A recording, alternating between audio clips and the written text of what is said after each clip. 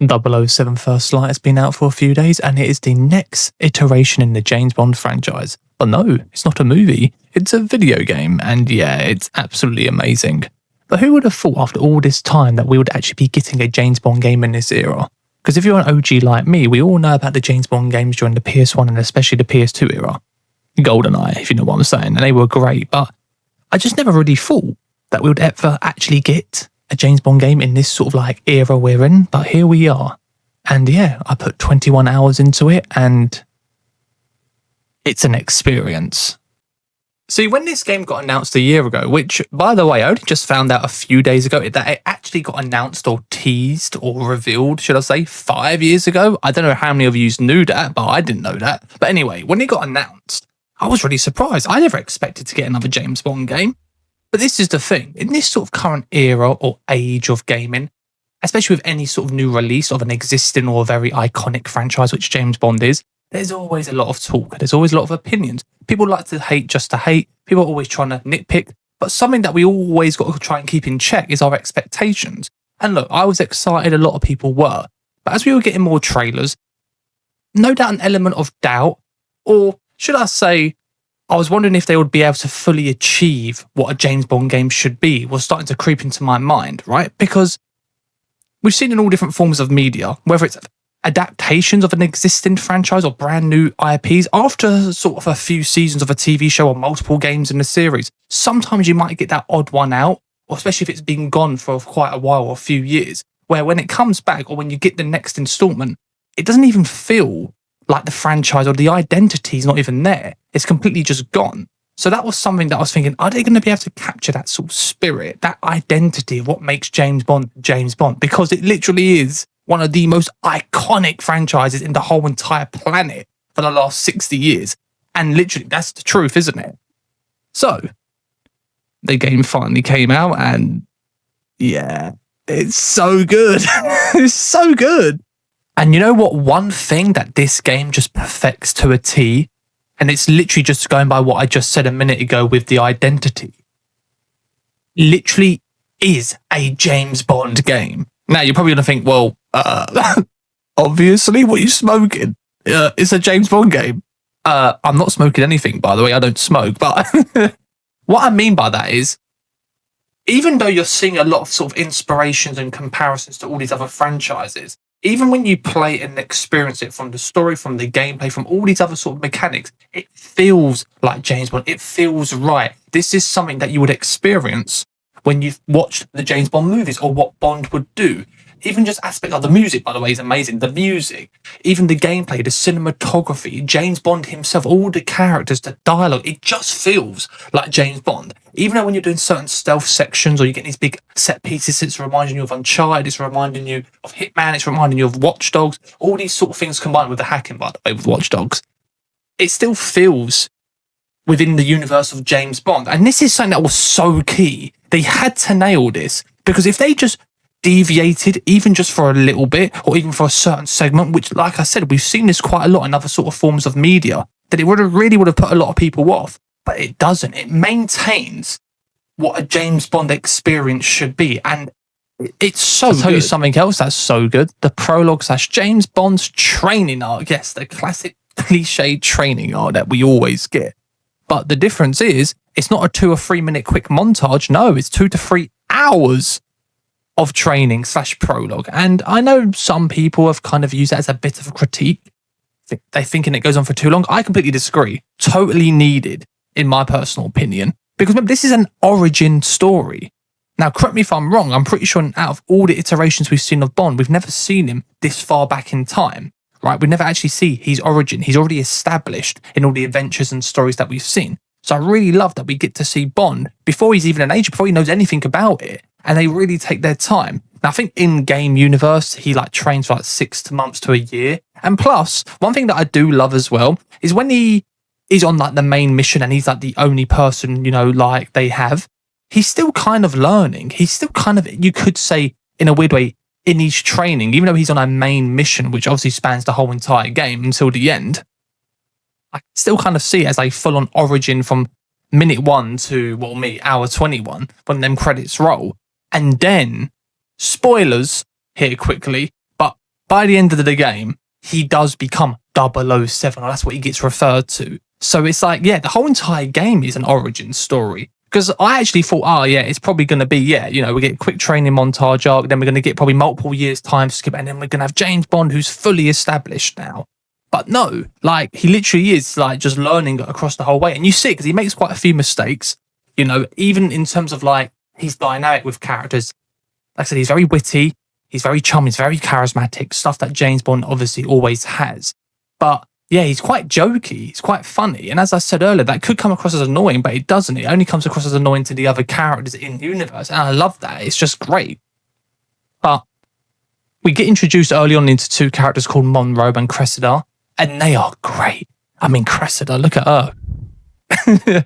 But they're great characters, and they're James Bond's best friends, and they have such a big impact and importance to him as a character and the story. Obviously, if you know, especially with what happens a few missions after the prologue, which is probably the best mission in the whole game.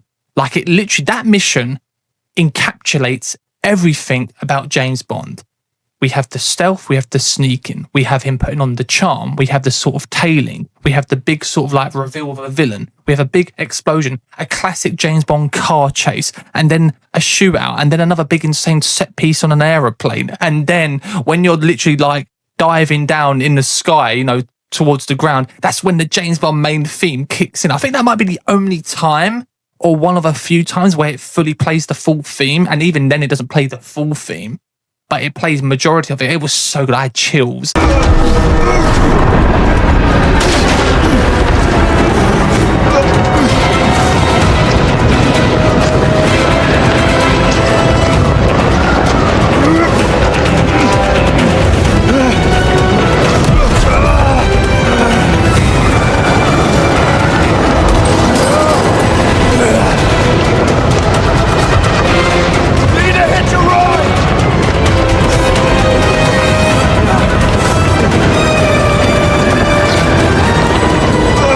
Literally, when it was happening, it's such a great mission, but also it's a very important mission for James himself. And that mission sets the tone for the whole rest of the game. It's so good. And you know what? At this moment in time, I'm just kind of going off script now. I'm just winging it. There's just so much I have to say that I just have to speak from my mind.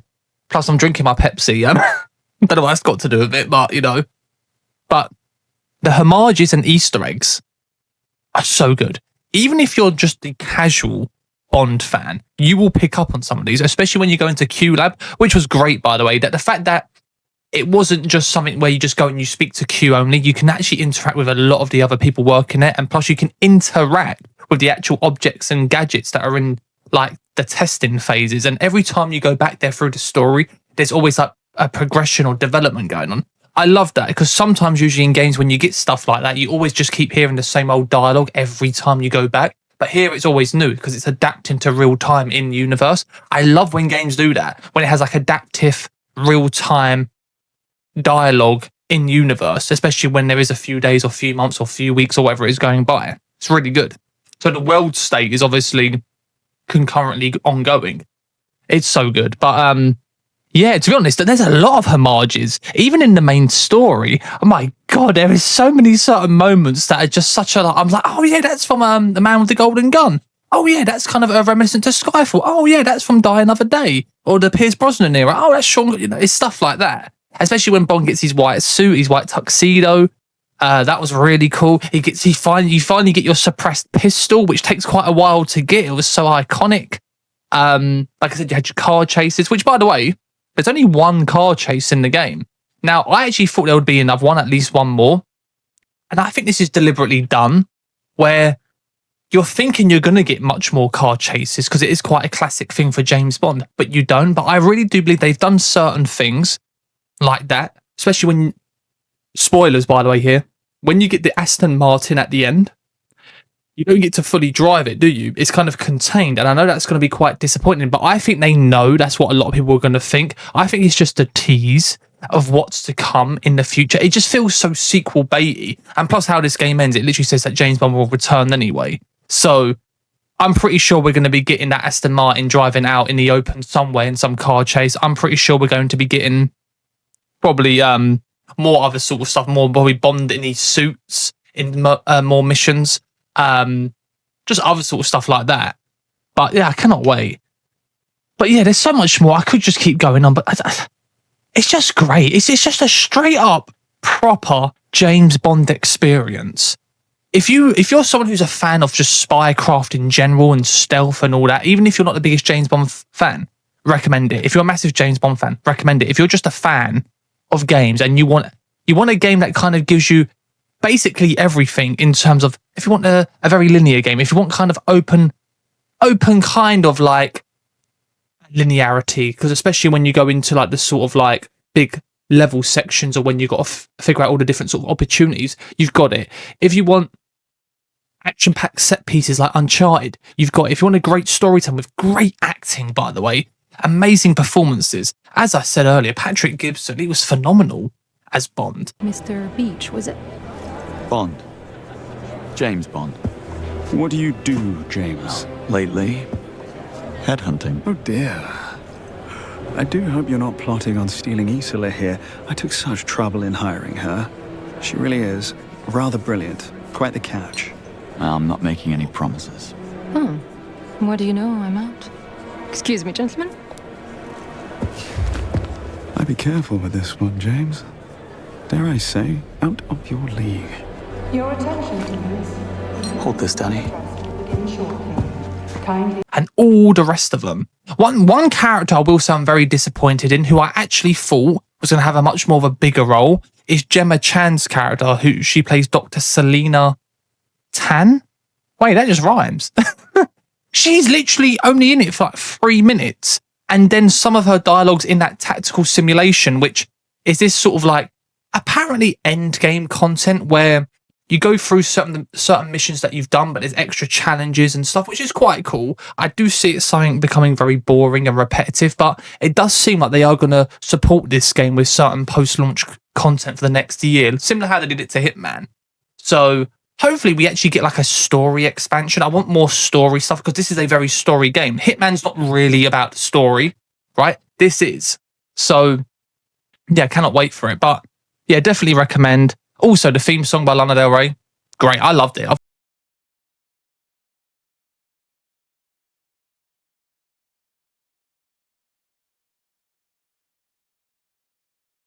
But it doesn't. You get little elements of it, like the sort of orchestral version, I guess you'd call it. OST, phenomenal. The origin of James Bond was just great. And then by the end, he's fully called 007. That's so cool. And then when the final scene, and then it proper drops the full James Bond soundtrack going into the credits, I got chills. It was so good. Thought you'd never ask.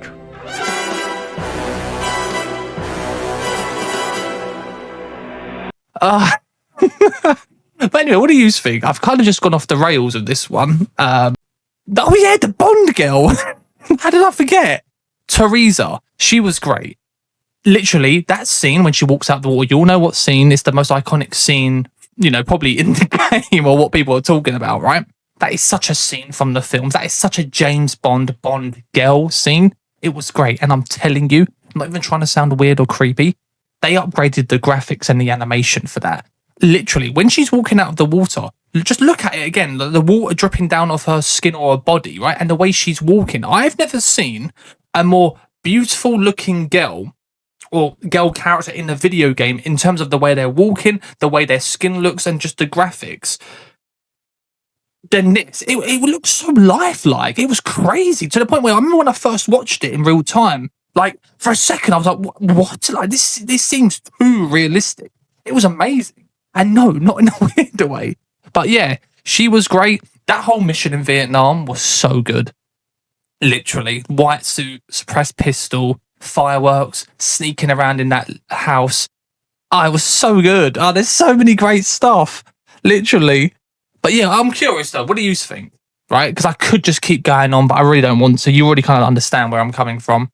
All I'll say is that if you're a big Bond fan, it's for you. If you're a normal Bond fan, it's for you. If you're just a normal gamer, it's for you. If you love action, it's for you. If you love stealth, it's for you. If you love great top quality performances, it's for you. If you love girls, it's for you.